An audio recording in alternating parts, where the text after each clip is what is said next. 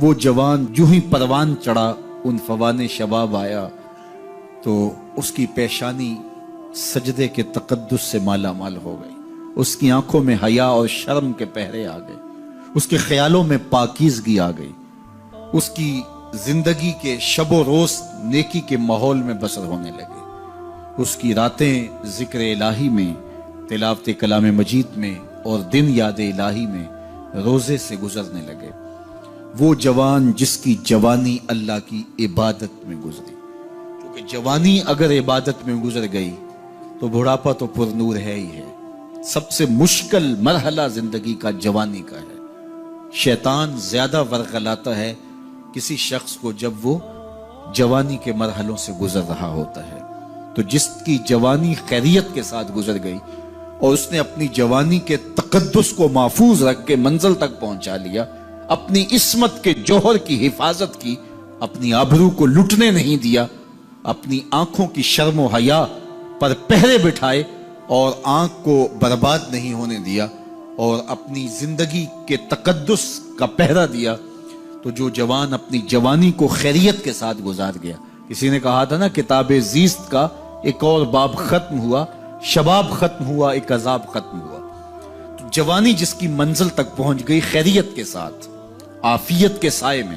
مشکل تو بڑا ہے جوانی کو منزل تک لے جانا، خیریت کے ساتھ، داغدار نہ ہونے دینا، جوانی کے تقدس کو رسوا نہ ہونے دینا، عصمت کے جوہر پہ کالک نہ لگنے دینا، خواہشات کو غالب نہ آنے دینا۔ آسان کام تو نہیں ہے، مشکل کام ہے، لیکن اگر کوئی مشکل کاٹ گیا، جوانی کے تھوڑے سے ایام میں گزار گیا، اللہ اکبر۔ حضرت شیخ خطلی کہتے ہیں، داتا گنج بخش علی حجویری علیہ رحمہ کے مرشد ہیں، الدنیا یوم ولنا فیہا صوم۔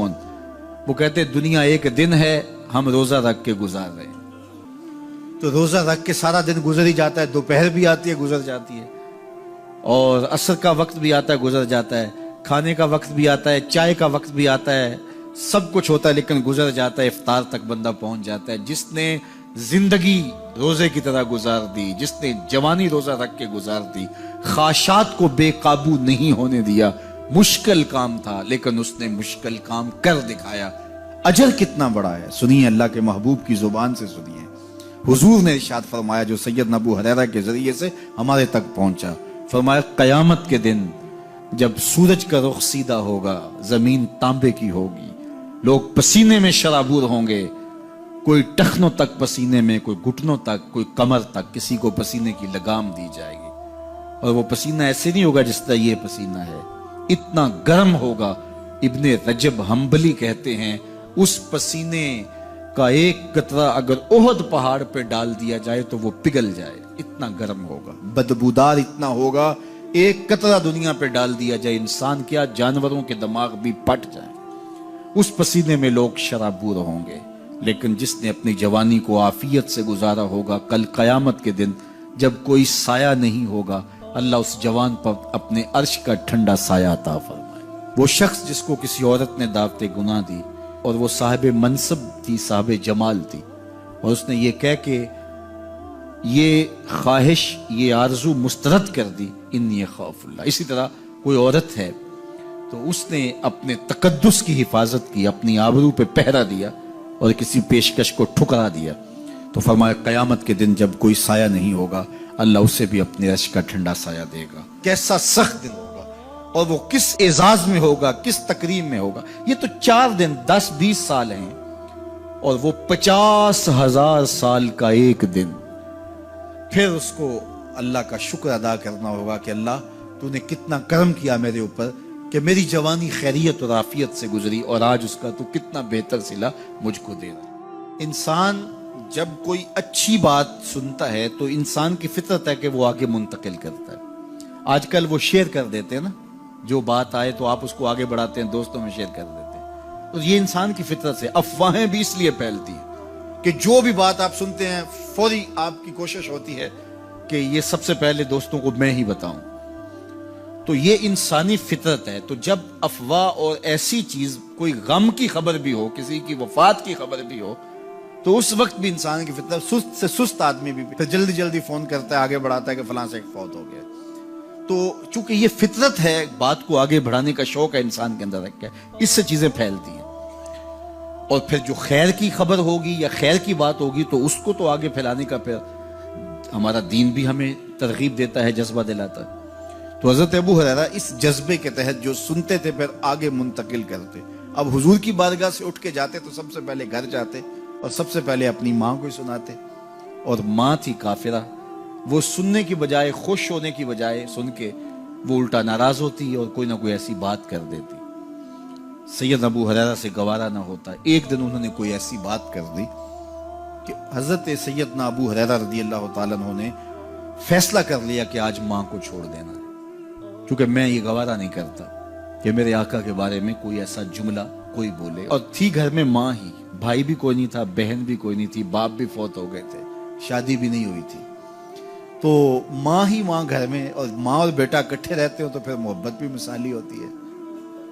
تو اب ماں ہی ایک رشتہ ہے مادی دنیا کے اوپر، تو حضرت ابو ہریرہ رضی اللہ تعالیٰ عنہ نے فیصلہ کر لیا کہ چھوڑ دینا ہے۔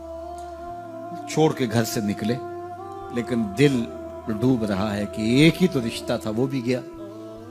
افسردہ ہے، حضور کی خدمت میں پہنچے، دل و قلب و نگاہ کے مرشد اولین نے ابو ہریرہ کی اداسی دیکھی تو فرمایا ابو ہریرہ کیا بات ہے؟ تو حضرت ابو ہریرہ جس طرح بندہ پھٹ نہیں پڑتا، تو عرض کی حضور میری ماں کی ہدایت کی دعا کر دیجئے۔ ساری کہانی 2 لفظوں میں بیان کر دی، میری ماں کی ہدایت کی دعا کر دیجئے۔ حضور نے نہیں پوچھا کیا ہوا، کیا ماجرا ہوا، فوراً ہاتھ اٹھ گئے، اور لفظ کیا تھے؟ اللہم اہد ام ابی ہریرہ تھا، اے اللہ ابو ہریرہ کی ماں کو ہدایت دے دے۔ ادھر انہوں نے بے چینی سے یہ بات کہی، ادھر حضور کے ہاتھ اٹھے، پھر ان اٹھے ہوئے ہاتھوں کو خالی تو موڑا ہی نہیں جاتا۔ اجابت کا صحرا، عنایت کا جوڑا، دلہن بن کے نکلی دعائے محمد صلی اللہ علیہ وسلم۔ تو حضور علیہ السلام نے ہاتھ اٹھا دی، حضرت ابو ہریرہ نے دوڑ لگا دی۔ کسی نے پوچھا ابو ہریرہ آج بڑی جلدی ہے؟ کہا آج ہی تو دیکھنا چاہتا ہوں، گھر پہلے میں پہنچتا ہوں یا حضور کی دعا پہلے پہنچتی؟ جا کے دروازے کو دستک دی، اندر پانی کے کھنکنے کی آواز آ رہی تھی جس طرح کوئی غسل کر رہا ہو۔ آواز دی تو آواز آئی، بیٹا ابو ہریرہ ٹھہرو، میں بھی آئی۔ کہا لہجے سے سمجھ گیا اس میں محمد عربی کی دعا بول رہی ہے۔ تھوڑی دیر کے بعد میری ماں آئی، تازہ آثار وضو سے اور غسل کی وجہ سے ان کے جو ہے وہ بالوں سے قطرے ٹپک رہے تھے، اور لبوں پر میرے حضور کا کلمہ جاری تھا۔ اللہ اکبر، سیدنا ابو ہریرہ تیرے مقدر پہ قربان۔ ایک سفر میں حضور علیہ السلام اور اصحاب گامزن تھے کہ راستے میں قیام کیا، تو ایک قبیلے کی صلح کروانے کے لیے حضور علیہ السلام تشریف لے گئے۔ وہاں کچھ تاخیر ہو گئی تو صحابہ نے حضرت ابوبکر صدیق کو کہا کہ حضور رک گئے ہیں تو نماز کا وقت جا رہا ہے، آپ نماز پڑھا دیجیے۔ تو حضرت ابوبکر صدیق رضی اللہ تعالیٰ عنہ مصلی پہ کھڑے ہو گئے۔ اب نماز شروع ہوگی، ادھر سے حضور بھی فارغ ہو گئے، تو آقا کریم تشریف لائے۔ تو آقا کریم علیہ السلام جو ہی تشریف لائے تو صحابہ کی صفیں بندی ہوئی تھی، حضور کو دیکھا، انہوں نے راستہ چھوڑ دیا۔ پیچھے سے لے کر کے مصلی تک صحابہ نے حالت نماز کے اندر حضور کے لیے راہ کشادہ کر دی۔ کاش کہ یہ حدیث سب لوگوں نے پڑھی ہوتی اور امت میں اتنے فرقے نہ بنتے، اور یہ سوچ کبھی نہ پنپتی کہ نبی کے خیال سے نماز ٹوٹتی ہے۔ یہاں تو راستے چھوڑے جا رہے ہیں، یہاں تو پروٹوکول دیا جا رہا ہے۔ اللہ اکبر، اور یہ حدیث کہیں چھپی نہیں ہے، بخاری کے اندر چھپی ہوئی۔ اللہ اکبر، آقا کریم علیہ السلام تشریف لائے تو صحابہ نے راستہ چھوڑنا شروع کر دیا۔ نماز بھی چل رہی ہے اور حضور کا راستہ بھی چھوڑ رہے ہیں۔ بالکل حضرت ابوبکر صدیق کے پیچھے آ کے حضور کھڑے ہو گئے۔ وابو بکر لا یلتفت یمینا ولا یسارا، جب آپ نماز پڑھتے تھے تو نہ دائیں دیکھتے نہ بائیں دیکھتے، پوری توجہ انہماک ہوتا۔ وہ اپنی کیفیات کے جہان میں ڈوبے تھے اور حضور آ کے پیچھے کھڑے ہو گئے۔ صحابہ نے اپنے ہاتھوں کی پشت پہ ہاتھ مارنے شروع کر دیے۔ مکعن و تصدیہ، قرآن نے تالی لگانا، سیٹی مارنا، یہ شیطانی اعمال ہیں، لیکن ہاتھ کی پشت پہ ہاتھ مار کے متنبع کرنا یہ مختلف مواقع کے اوپر یہ جائز ہے۔ تو اب جب حضور آ کے پیچھے کھڑے ہو گئے اور صحابہ سمجھے کہ حضرت ابوبکر صدیق ایک استغراق کے عالم میں ہیں، ایک کیفیت کے جہاں میں ڈوبے ہیں، تو انہوں نے اپنے ہاتھوں کی پشتوں پہ ہاتھ مارنے شروع کر دیے۔ تو حضرت صدیق اکبر سمجھ گئے کوئی غیر معمولی واقعہ ہو گیا۔ دیکھا پیچھے حضور کھڑے تھے، اللہ اکبر۔ تو حضرت صدیق اکبر مصلی سے سرک کے پیچھے آنے لگے، تو آقا کریم نے اشارہ کیا رکو، نماز پڑھاؤ۔ سیدنا صدیق اکبر اس کے باوجود پیچھے آ گئے۔ کبھی ہوتا ہے حکم اور کبھی ادب آگے ہوتا ہے، اللہ اکبر۔ حضرت سیدنا علی المرتضیٰ رضی اللہ تعالی عنہ کو کہا نا حضور نے صلح حدیبیہ کے موقع پہ، صلح نامہ لکھوایا جا چکا، تو لکھا یہ محمد رسول اللہ اور قریش کی جانب سے ہے۔ تو عروہ نے کہا اگر محمد رسول اللہ مان لیں ہم تو پھر لڑائی کس چیز کی ہے؟ تو اس لیے محمد رسول اللہ نہیں، محمد بن عبداللہ لکھا جائے۔ تو وہ اس بات پہ بضد ہو گئے، اور اگر ایسا نہیں ہوتا تو معاہدہ ٹوٹ رہا تھا۔ تو حضور نے حضرت علی المرتضیٰ سے کہا کہ چلو رسول اللہ کا لفظ مٹا دو۔ عرض کی میں تو نہیں مٹاؤں گا، میں تو نہیں مٹاؤں گا، یہ نام میں تو نہیں مٹا سکتا۔ پھر حضور نے خود مٹایا۔ اب یہاں حضور نے کہا ابو بکر رکو، لیکن حضرت ابو بکر نہیں رکے، پیچھے آ گئے۔ اور پھر حضور خیر مصلی پہ گئے، نماز ہوئی، سلام پھرا۔ تو حضرت ابو بکر صدیق رضی اللہ تعالیٰ عنہ کو حضور نے کہا ابو بکر جب میں نے کہا تھا تم رکے رہو تو تم کیوں پیچھے آئے؟ تو سنو حضرت ابو بکر نے کیا جواب دیا رضی اللہ تعالیٰ عنہ۔ کروڑوں سلام، لاکھوں عقیدتوں اور نیاز مندیوں کے خراج ان کی چوکھٹ پہ عرض کرنے لگے ما کان لابن ابی قحافہ ان یؤم رسول اللہ صلی اللہ علیہ وسلم۔ حضور ابو قحافہ کے بیٹے کی جرت کب ہوئی کہ رسول اللہ کے آگے کھڑا ہو کے نماز پڑھائے؟ یہ ابو قحافہ کے بیٹے کی ہمت کب ہوئی کہ رسول اللہ کے سامنے کھڑا ہو کے نماز پڑھائے؟ تو ادب پہلا کرینہ ہے محبت کے کرینوں میں۔ حضرت ابو بکر صدیق رضی اللہ تعالی عنہ نے اگر حضور علیہ الصلوۃ والسلام کی اطاعت اور حضور کی محبت، ادب، فرما برداری اور جان ساری کے انوکھے باب رقم کیے ہیں، لیکن حضور نے بھی ان کو جو اعزازات دیے۔ ایک خاتون آئی مسئلہ پوچھنے، آقا کریم نے فرمایا پھر آ جانا۔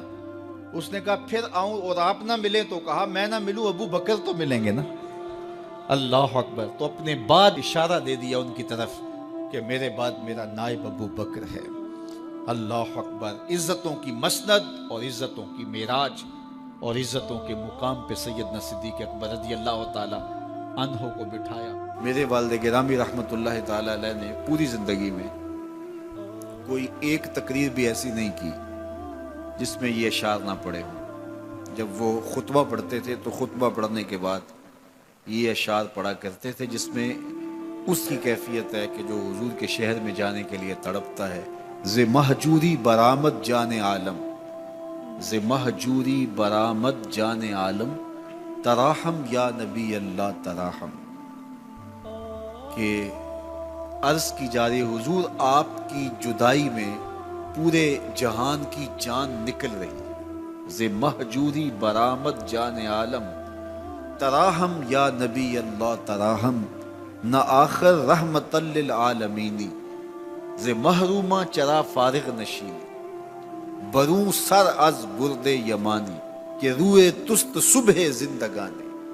حضور اپنا سر انور اس یمنی چادر سے ذرا نکالیے، چونکہ آپ کا چہرہ انور زندگی کی صبح ہے، زندگی کی بہار ہے۔ ادیم طائف نعلین پاکن، شراکز رشتہ جاں ہائے ماکن۔ اللہ اکبر۔ جامی علیہ رحمہ کا انداز کتنا دل آویز ہے۔ وہ کہتے ہیں حضور آپ طائف کے بنے ہوئے چمڑے کے جوتے پاؤں کی زینت بنائیں۔ آپ جوتے جو پہنے وہ طائف کا مشہور چمڑا ہو اور اس کے بنے ہوئے۔ شراکز رشتہ جاں ہائے ماکن، اور اس کے اندر جو تسمے ڈالیں وہ جامی کی جان کے ڈالیں، جامی کے چمڑے کے نہیں، جامی کی جان کے تسمے ان نالین میں ڈالیں جو آپ طائف کے بنے ہوئے نالین زیب تن کریں۔ وہ ایک شاعر کہتا ہے عربی کا کہ یا لیتنی کنتو تربت ایبتکم فلتسمت نعالک ذاک کدی۔ کاش میں مولوی نہ ہوتا، وہ بہت بڑا شیخ الحدیث گزرا ہے، تو وہ کہتا ہے میں کاش شیخ الحدیث نہ ہوتا، میں مولوی نہ ہوتا، مدینے کی گلی کی مٹی ہوتا، حضور گزرتے تلووں کو چوم لیتا۔ چے باشد گر کنی سوئم نگاہے، ہمیشہ گر نہ باشد گاہے گاہے، نگاہ یا رسول اللہ نگاہ، 100,000 جبریل اندر بشر، بحر حق سوئے غریبہ یک نظر، یا رسول اللہ انظر حالنا، یا حبیب اللہ اسمع قالنا، اننی فی بحر غم مغرق خذ یدی ساحل لنا اشکالنا، یا صاحب الجمال و یا سید البشر من وجهک المنیر لقد نور القمر، لا یمکن الثناء کما کان حقہ بعد از خدا بزرگ توئی قصہ مختصر۔ ساری کہانی آ کے یہی ختم ہوتی ہے۔ تو یہ میری اور آپ کی سعادت مندی ہے۔ اللہ کی توفیق سے آپ کے لیے اور آپ میرے لیے محبت اور دعا کے جذبات رکھتے ہیں، اور ہم ایک دوسرے کے لیے دعا گو ہیں کہ آج میں حاضر ہوا ہوں اور آپ نے جو ہے وہ میرے لیے اپنی آنکھوں کی چمک اور محبت پیش کی ہے۔ اللہ یہ دن آپ کو بھی نصیب کرے۔